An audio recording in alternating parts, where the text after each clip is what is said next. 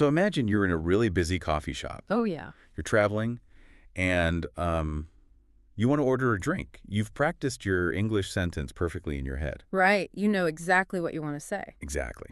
So you walk up to the counter. The barista looks at you, smiles, and speaks really quickly, like, "What you happening?" Oh, no. And suddenly, your mind goes totally blank. It's the worst. The perfect sentence just disappears from your head.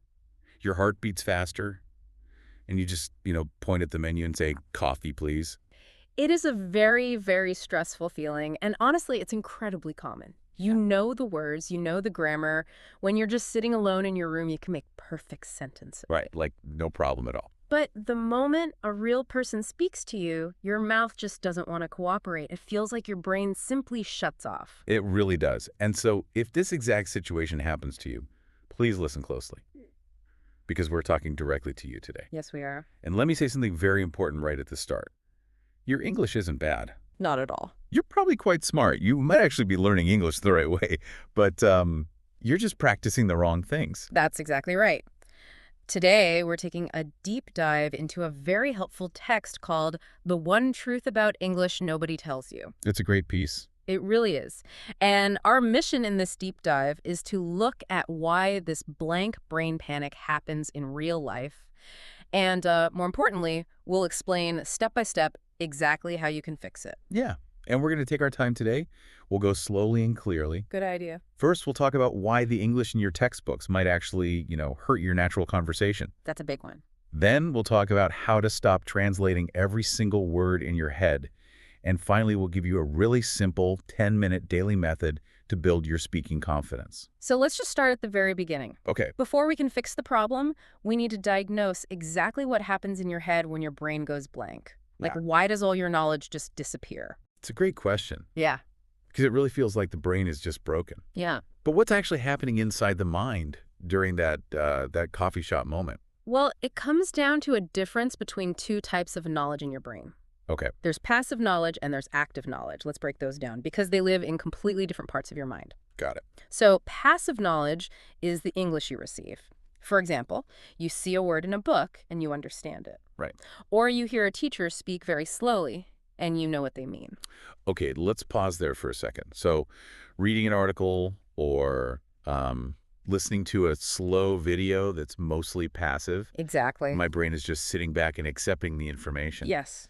So then what is active knowledge? Active knowledge is the English you can create. Oh, It's the words and sentences you can speak out loud automatically without really stopping to think. I see. And here's the big problem for most learners. These two types of knowledge are completely different skills. Wow. Okay.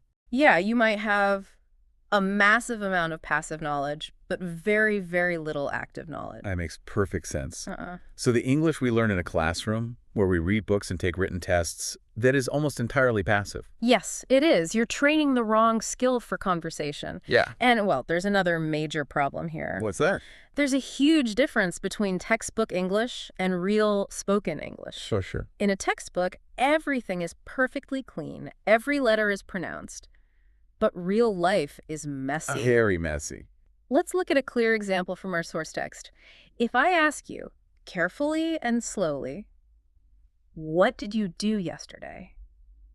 Well, if you say it like that, I would understand you perfectly. Right. I could easily answer, I went to work and then I came home. Exactly. But now, imagine you're talking to a native English speaker on the street. Okay. They're walking fast. They don't say every letter clearly. Instead of, what did you do yesterday? They might say, so what'd you get up to yesterday? Oh, wow. What'd you get up to yesterday? That sounds completely different. It doesn't even sound like the same words. It really doesn't. And it can be even shorter. The text gives an extreme example of this. Oh. Think of the simple question, did you eat yet? In really fast speech, native speakers push those words together so tightly that it sounds like jeet yet. Wait, jeet yet? Jeet. If I only studied textbook English, I would honestly think, wait, what language are they speaking? And that's exactly why your brain goes blank.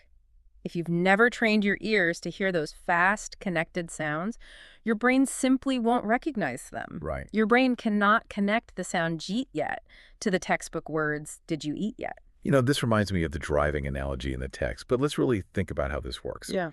When you first learn how to drive a car, You have to think about every single physical step. Right. It's a lot to remember. Yeah, you think, okay, my right foot goes on the brake. Now I look in the mirror. Mm. Now my hand turns the steering wheel. It takes all of your attention. You're using the thinking part of your brain. Yes. It's a very slow, careful, and honestly, a very tiring process. But eventually, after you drive for a few years, your body just takes over. Exactly. You don't think about the brake or the steering wheel anymore. Your foot just moves. It becomes a reflex. It's automatic. Beautifully said. So, tying this back to the blank brain moment in the coffee shop, is this panic actually an English problem? Or is it just a recognition problem because our ears aren't trained for those connected sounds? That is a brilliant way to put it. Very often, it isn't an English problem at all. Really? Really, you know the vocabulary. It's just a recognition problem. You haven't trained your active reflexes yet.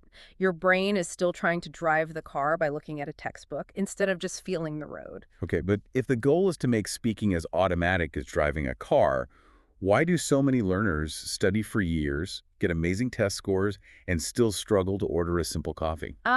Because they treat language like an object they can collect rather than a muscle they need to train. Oh, that's interesting. It is a very common trap for language learners. The text actually calls it the collecting trap. I bet many of you listening right now have like a 100-day streak on a language app, Right. but you still feel scared to say hello to a native speaker. Yes. It's so frustrating. So tell me more about this collecting trap. Well, many learners think that to speak better, they just need to know more words. So they download another language app. Right. They memorize 20 new vocabulary words every single morning. They buy a thicker grammar book. Just gathering more and more. Exactly. They collect and collect more English words, hoping that eventually they'll just feel ready to speak. But collecting words isn't the same as using words. It really isn't. Hey. Let's dig into the gym analogy from the text to explain why this fails. Okay, I like this one. So imagine you want to get physically strong, you want big muscles, so you go to the gym every single day, Great start. but you don't lift any weights. Instead, you sit on a bench and just watch workout videos on your phone for an hour. That's a funny picture. You're at the gym, but you're just sitting there watching other people exercise. Right. Now, you might learn a lot from those videos. You might know exactly what a squat is, you know what a push-up is. Sure. You have perfect passive knowledge of exercise, but you haven't trained your physical muscles. Right, so when you have to do the work, When it's time to actually lift a heavy box in real life, your arms will fail. Language works the exact same way. You don't learn how to swim by reading a book about water. you have to get in the water. You have to get in the water. Okay, let's unpack this, because I'm going to push back a little bit here. Okay, go for it. If I'm a learner, I might say, but wait, I need vocabulary to speak. If I don't know the individual words, how can I say anything? That's a fair point. And when I do try to speak, it's just so incredibly slow. So why is it still so slow if I know the words?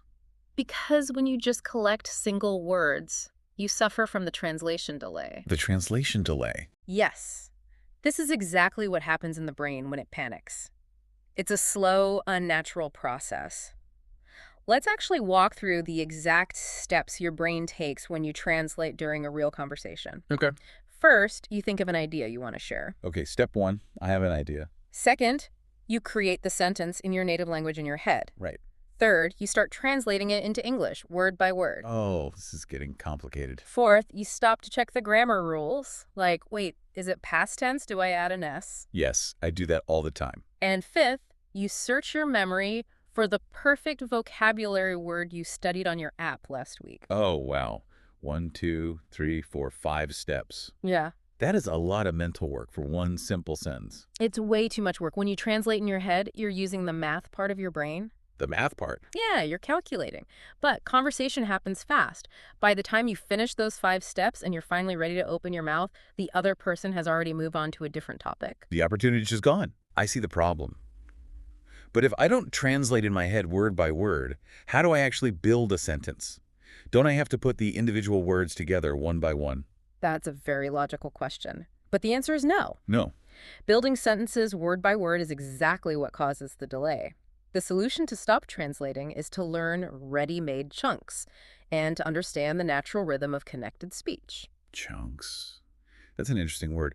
What exactly do we mean by chunks, and why do they work? So a chunk is a group of words that naturally go together. Instead of learning one isolated word, you learn a complete short phrase. Okay.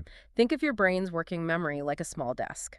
You can only put about 4 or 5 things on it at one time. Okay, I have a small desk in my mind. If you try to build a sentence word by word, I want to go to the store, your mental desk is completely full. Right. You have too many pieces, you drop things, you forget the grammar, you panic. The desk is too crowded. I run out of memory space because I'm holding too many separate words. Exactly.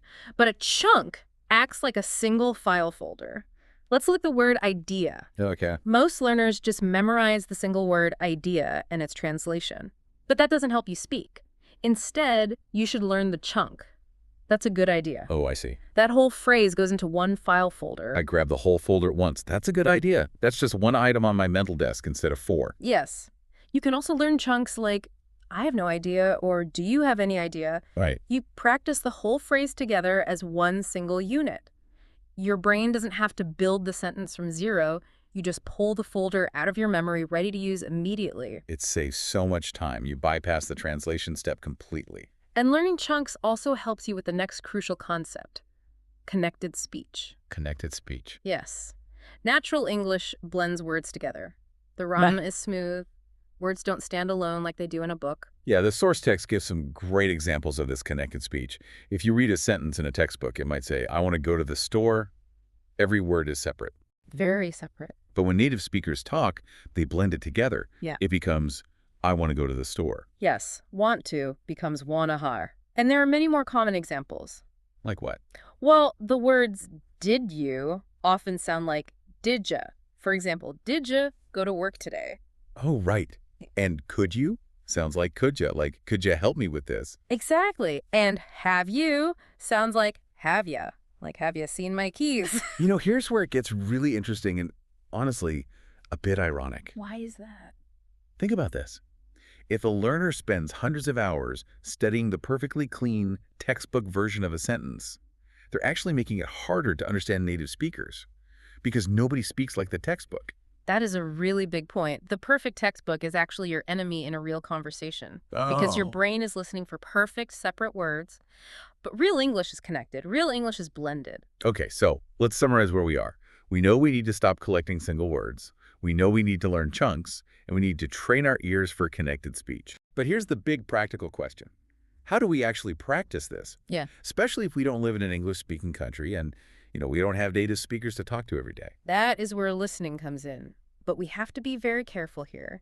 We need to talk about the huge difference between passive listening and active listening. I want to challenge this. Okay. Let's say I'm washing the dishes, I'm cleaning my house, and I have an English podcast playing in the background for a whole hour. Sure. Isn't that great practice? I mean, an hour of listening is a lot of time. It's not a bad thing. Hearing the language is fine. That's passive listening.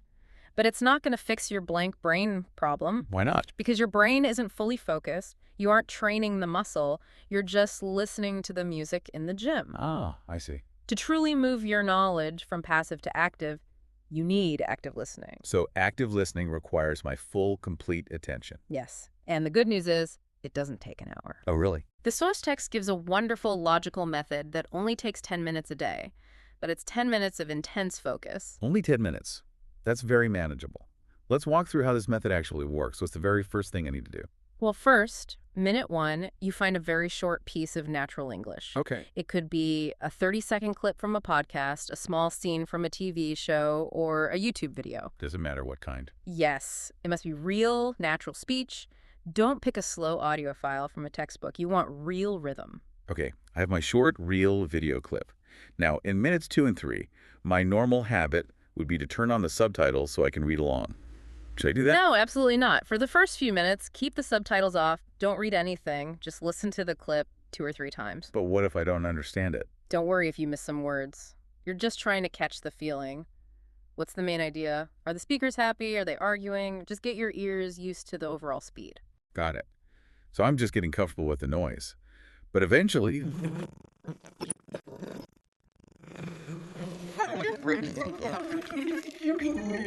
actually understand it. That's the next step. You listen again, but this time you have a pen and paper. Okay. When you hear an interesting phrase or a chunk, even if you don't know exactly what it means, pause the video. Write down what you think you hear. Pay attention to the sounds. Okay, I'm listening, pausing, and writing, but I might write down the wrong words because they're speaking so fast. That's exactly what we want. Really? Yes, because now, in minutes 6 and 7, you do the most important check. Now you turn the subtitles on or look at the transcript. You compare what you wrote on your paper to what they actually said. This is where the magic happens. This is where I discover the connected speech I miss. Yes. You might see the words going to in the transcript, but you look at your paper and you wrote gonna. Oh, wow. You suddenly realize how the textbook English changed into natural English. You're training your eyes and your ears to connect. That makes a lot of sense. You're manually linking the passive knowledge to the active sound. Okay, so I know what they said. Is that the end of the 10 minutes? No, because you haven't trained your mouth yet. This brings us to minutes 8 and 9, and the most powerful step, shadowing. Shadowing. Yes, you listen to one sentence from the video, you pause it, and then you copy exactly how they said it out loud. Wait, let me make sure I understand this. When we talk about shadowing the speaker, is that just repeating the words clearly so my pronunciation is correct? Or is it more like acting? Like, do I need to copy their emotion and their pauses too? It is much more than just repeating. It's acting. You have to become an actor. Really? Yes. If the person in the video sounds angry, you must sound angry. If they pause, you pause. If their voice goes high at the end of the sentence, your voice goes high. Why is the acting part so important? Why can't I just say the words normally? Because saying the words like a robot keeps you in the math part of your brain. Oh, When you act out the emotion, you're building muscle memory. You're tying the English words to a real human feeling. This physical acting is exactly how passive knowledge becomes an active reflex. I love that. You're feeling the language in your body, not just holding it in your head. Okay, what's the final step, minute 10, to finish the routine? The final step is a memory test. You close the video, put your notebook away. Now, try to say the sentences you just practiced out loud completely from memory. Okay. Use the emotion. Use the connected sounds. So in just 10 minutes, I've listened, I've analyzed the chunks, I've acted out the emotion, and I've tested my memory. That's a full brain workout. It really is. And if you do that every day, your mental reflexes will become incredibly fast. But there is one final barrier we have to discuss. What's that? We have the tools. We have the method. But there's an emotional wall that stops learners from opening their mouths in the real world. You're talking about the fear of making mistakes. Mhm. The fear of looking foolish in front of a native speaker. Exactly. This is perhaps the biggest wall of all. Many learners think, I'll wait to speak. I'll start speaking when my English is perfect. I just need to study grammar for a few more months. I hear that so often. But perfectionism is the enemy of fluency. You cannot wait until you're good enough to speak, because speaking is exactly how you get good enough. Yes.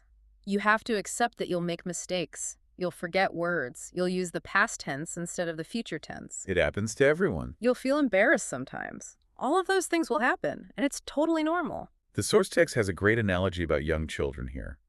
Let's think deeply about how a child learns their very first language. Right. Think about a 3-year-old child. Do they wait until they understand all the grammar rules before they talk to their parents? Not at all. A child doesn't say, "Excuse me, mother, I cannot speak to you today. I need 3 more months of vocabulary study before I can participate in this conversation." That sounds completely silly, doesn't it? Children don't care about looking foolish. They just try. They point at things. They say the wrong words. They fail constantly. Yes. But they try again. And because they keep trying without fear, they become fluent. As adults, we lose this brave attitude. We're terrified of looking silly. We care too much about the perfect test score. Hmm. So we need to completely change how we measure our progress in English. We really do. Stop measuring your success by how many mistakes you make. Mistakes are proof that you're trying. I love that. Instead, the new metric for success is this. Measure your progress by how quickly you recover from your mistakes. How quickly you recover. Yes. If you say the wrong word, do you freeze and panic? Or do you just smile, correct yourself, and keep talking? Wait. Getting back up and trying again is the true measure of success. The fastest way to fluency is to make lots of mistakes very quickly. That's a very comforting and empowering thought. So let's summarize everything we've uncovered today. Let's do it. If you're listening to this and you struggle with that blank brain panic in the coffee shop, remember this. Your goal isn't to build a giant dictionary in your head. No. You don't need to collect thousands of complex words on an app. No, you don't. You probably already know enough words to have a great conversation. You just need to make the English you already know available to you right when you need it. So stop collecting single words. Start practicing whole chunks. Yes. Move away from passive background listening and try the 10-minute active method. Notice the connected speech. Shadow the speakers, act out the emotions, and train your muscle memory. Beautiful. And most importantly, let go of perfection. Yeah. Embrace your mistakes as part of the process. Beautifully said. Now, before we finish today's deep dive, we want to give you, the listener, a small piece of homework. Ooh, homework. You can do this right now. Think of one simple sentence from our source text. What are you going to do tonight? What are you going to do tonight? First, say it slowly, like a textbook. Now, let's train the reflex. Try saying it naturally, using connected speech. Say, what are you going to do tonight? What are you going to do tonight? Say it again out loud. Train your mouth, train your ears, and train your brain to work together as one team. A small, focused practice every day is much better than hours of studying grammar rules. So, what does this all mean for your English journey going forward? I want to leave you with one final thought to consider. Okay. We often think that to sound fluent, we need to use big, difficult, complex words. We think we need to sound like a university teacher giving a long lecture. Right. But what if that isn't true at all? What if the real secret to sounding completely fluent and natural is simply learning how to use the easiest, most basic words just a little bit faster? That's a powerful idea. Something to think about as you start your 10 minutes of active practice today. Keep listening, keep speaking, and please don't be afraid to make a mess. Until next time, keep exploring.